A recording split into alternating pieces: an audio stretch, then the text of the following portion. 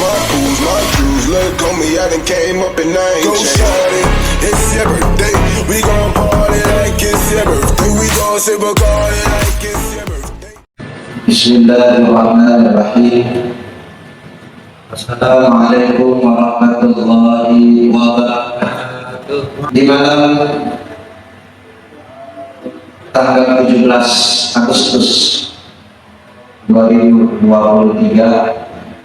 ada apa ini? Peristiwa apa? Hari kemerdekaan Republik Indonesia.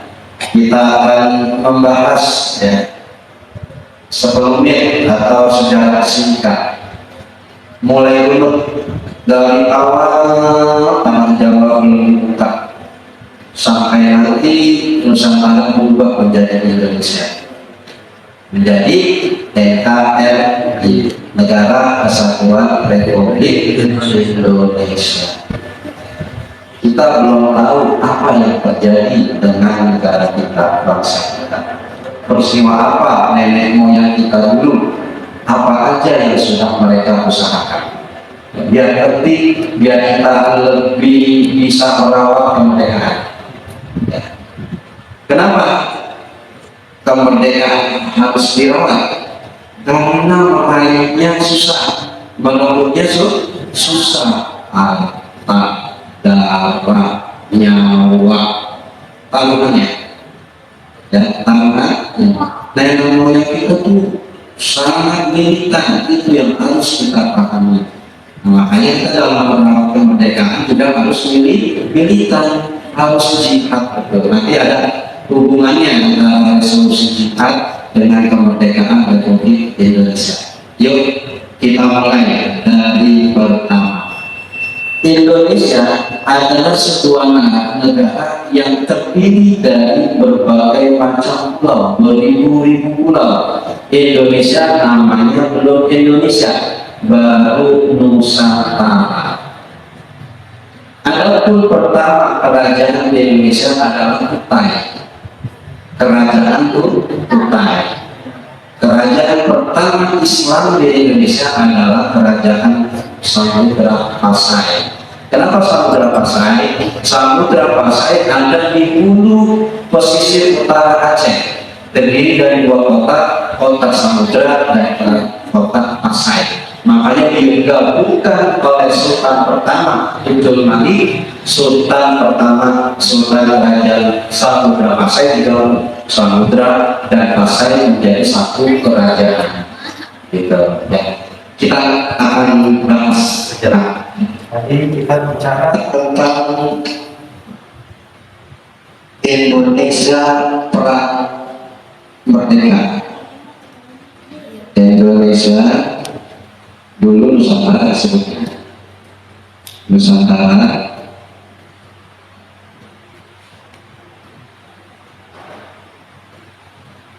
pra penjajahan.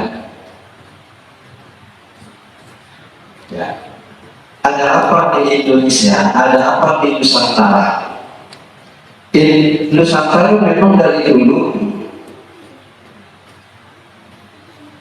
ini katakan walaupun jelek gambarnya yang kepulauan, terdiri dari banyak pulau di Nusantara. Terdiri banyak pulau di Nusantara. Kita hanya membatasi bahasa. Pertama tentang Jawa, karena kita menduduki pulau Jawa. Sebelum adanya penduduk dan masyarakat Nusantara yang begitu banyak seperti sekarang, pulau-pulau yang ada di Nusantara itu masih sepi sekali. Masih sepi, hanya dihuni oleh bangsa Jin. Oleh bangsa Jin, baik yang ada di Sumatera, di Jawa, di Kalimantan, Sulawesi, mungkin belum bentuk seperti ini. Tadi katakan kerajaan pertama kali yang ada di Nusantara ada di Kutai. Kutai di mana Kutai?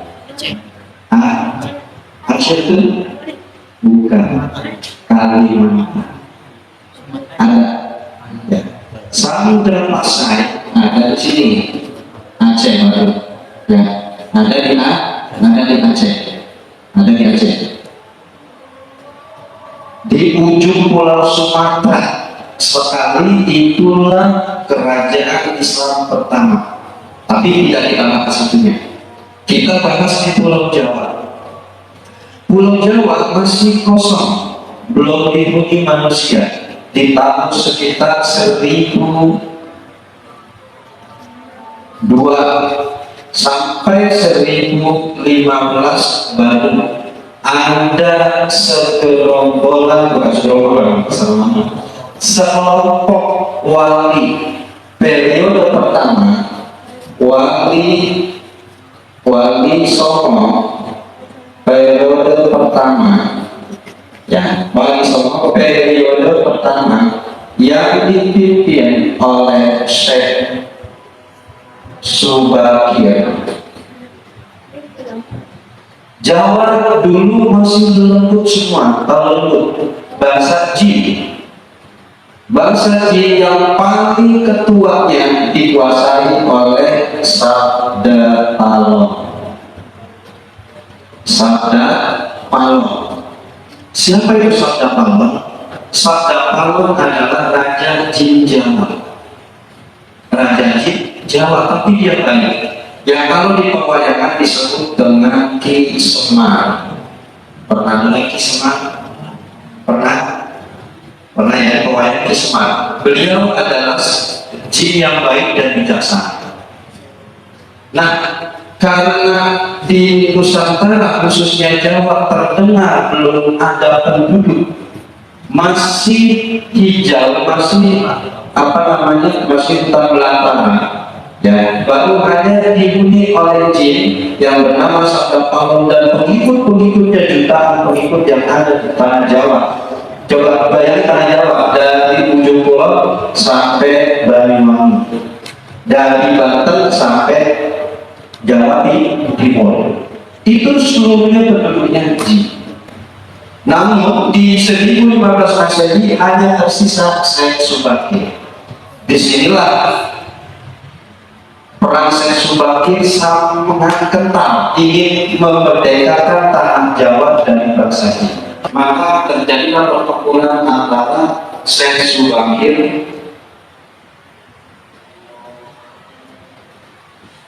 kalau di apa? Di PS ya. PS siapa? Sabda Palon.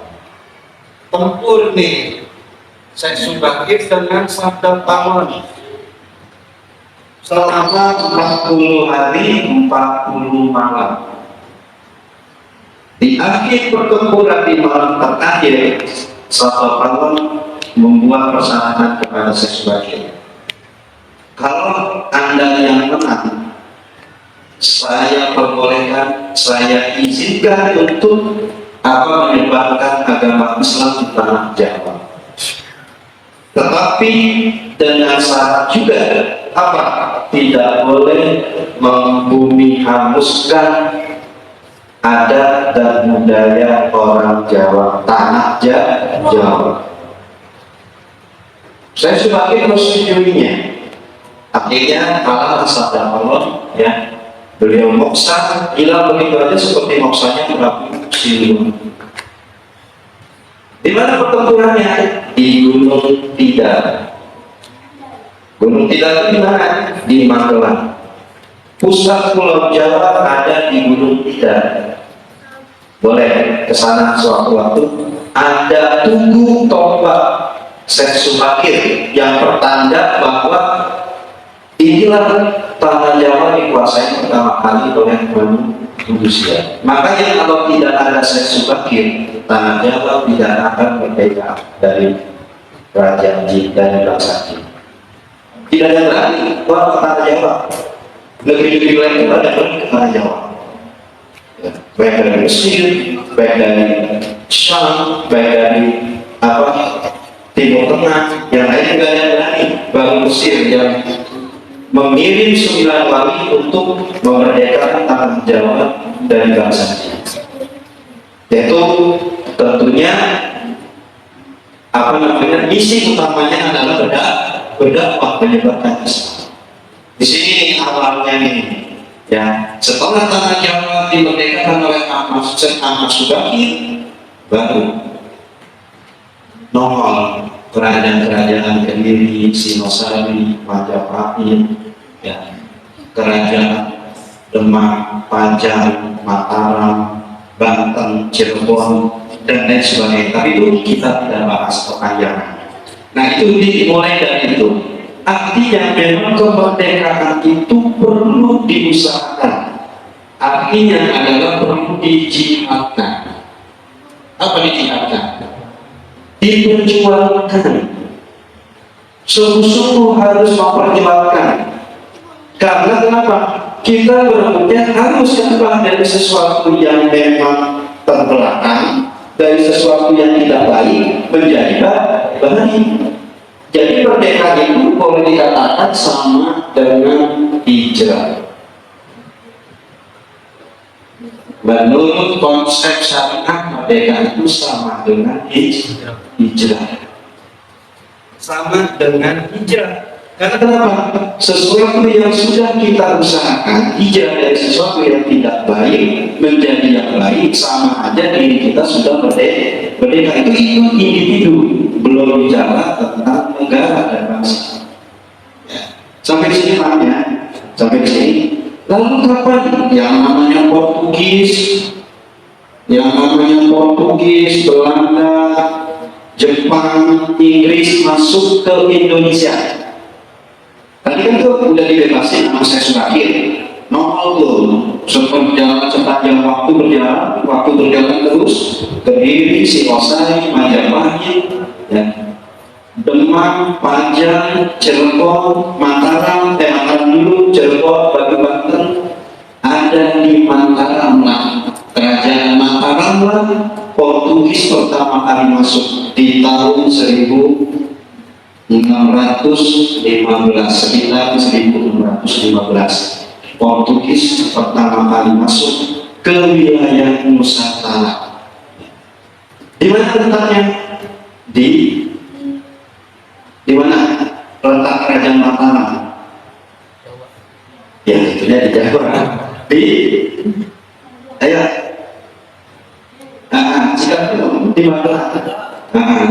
Magelang. Di letak tengah pertama kali sebelum pindah ke Tuban. Nah, inilah Mataram pertama yang dipimpin oleh Sultan Agung pertama.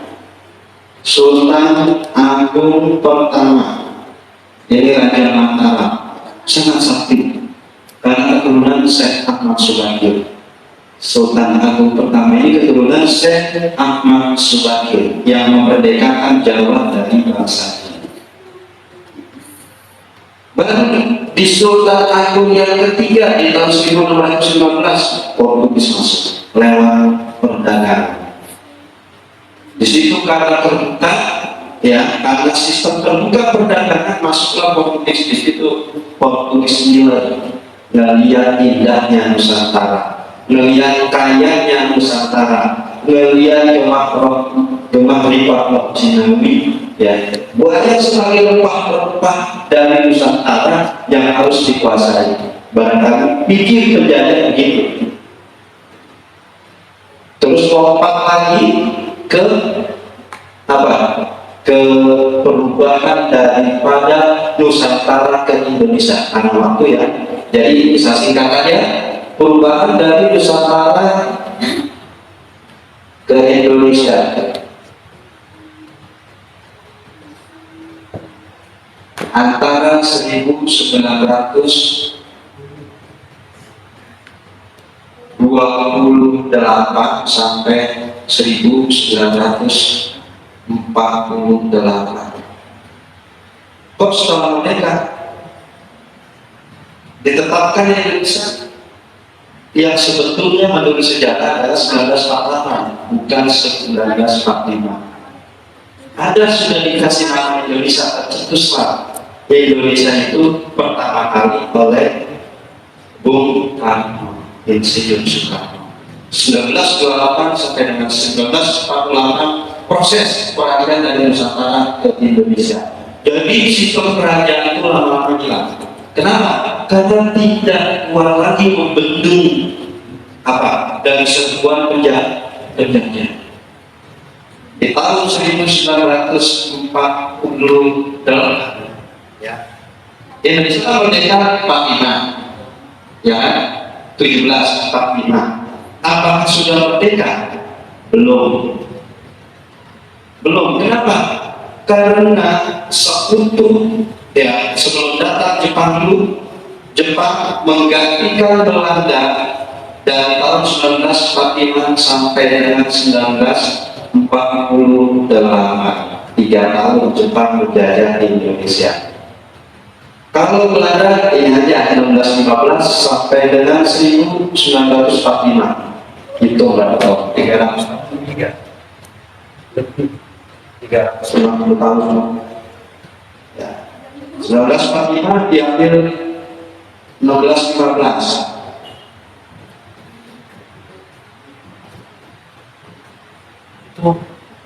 Ya, 330 tahun, bukan 330 tahun dari Portugis ganti lagi Belanda ganti lagi Jepang ganti lagi Inggris. Inggris di tahun Belanda di tahun 1948 ngeboncengi sekutu. Jadi dia boncengan itu, ikutin sekutu, pengen masuk lagi menjajah Indonesia. Di 45 ini Indonesia merdeka, diproklamirkannya kemerdekaan Indonesia tanggal 16 sebelumnya. Tetapi panitia kemerdekaan Indonesia menunggu daripada keputusan para pejuang saat itu. Kapan tepatnya? Bukan nggak setuju dengan Bung Hatta. Besoknya baru diproklamirkan di jam 10, tepatnya di pertengahan bulan Ramadan. Lagi-lagi Ramadan, tanggal 15 Ramadan atau tanggal 17 Agustus. Ya. Setelah merdeka, apakah tadi kata Indonesia bisa lenggak kayak gini, bisa kita lengang, bisa nyaman, aman, kemana-mana, tenang? Enggak. Datang lagi sekutu Inggris, Perancis, tapi sebentar diikuti oleh Belanda, masuk ke Indonesia tahun 1948. Nah, yang dicecar pertama kali oleh Inggris adalah Surabaya, arek Surabaya. Makanya Surabaya terkenal kota perjuangan. Para santri yang ada di Surabaya nggak setuju. Para santri yang ada di Surabaya mendobrak, ya, ngegedor Bung Karno untuk bergerak, untuk tetap semangat mempertahankan Indonesia yang sudah diproklamirkan kemerdekaannya di tanggal 17. Pada saat itu Bung Karno masih bingung, masih perlu kekuatan lagi, karena begitu banyaknya Inggris membawa sekutunya. Akhirnya di saat itulah tadi dikatakan oleh guru kita yang Ustaz Haji Nawawi bahwa perang ulama di situ dibutuhkan.